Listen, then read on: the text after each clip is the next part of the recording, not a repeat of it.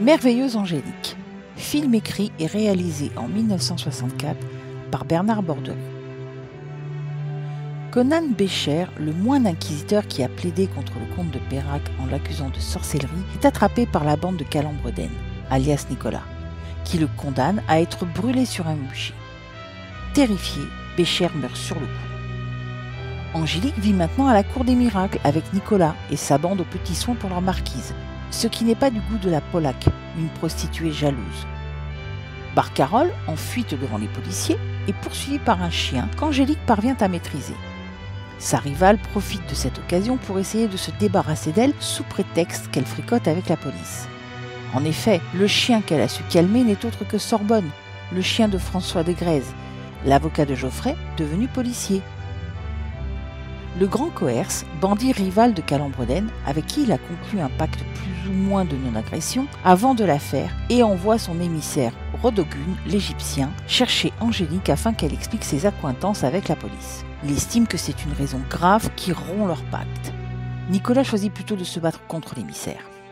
Après un combat où il sort perdant, l'envoyé du grand Coerce, humilié, propose à son chef de se venger en s'alliant avec la police pour tendre une embuscade à la bande de Calambre-Daine à la fête prochaine.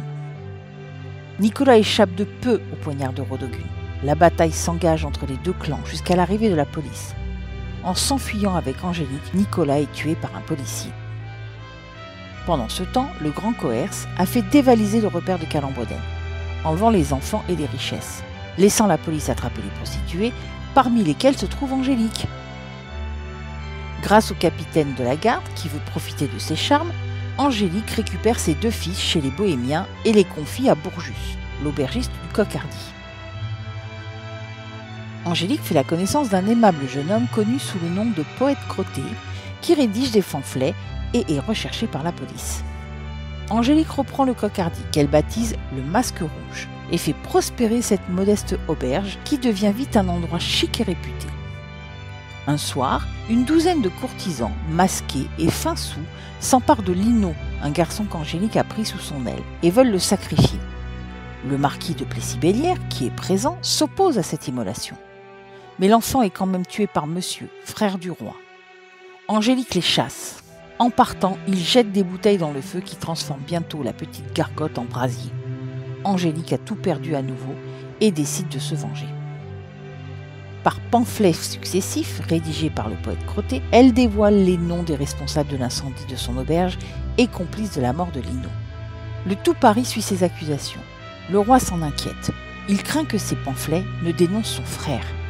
Par l'entremise de François de Grèze, il offre à Angélique de l'argent et de nombreux avantages pour qu'elle se taise et réalise son rêve, fonder une chocolaterie. Plus tard, le poète Crotté sera attrapé et pendu sur ordre de monsieur, ce dont Angélique se sent responsable. Sa chocolaterie devient vite un endroit à la mode et rend Angélique riche et prospère. Cependant, la belle caresse un rêve plus grand, celui de revenir à la cour et de regagner un titre de noblesse.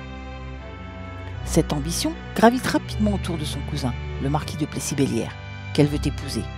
Mais celui-ci ne veut pas.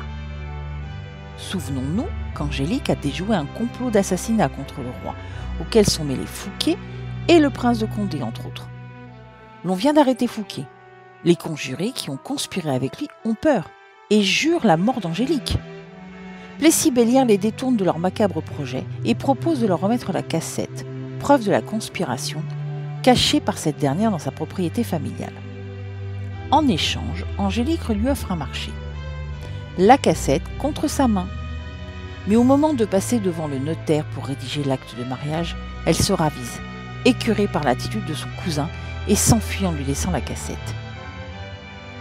De retour à Paris, Angélique est convoquée en tant que censée de Monteloup à la promenade du roi. Là, elle retrouve Plessis-Bellière qui la présente à Louis XIV et lui demande sa bénédiction pour leur mariage. Coincée, Angélique se voit dans l'obligation d'épouser son cousin, idée qui finalement la ravit.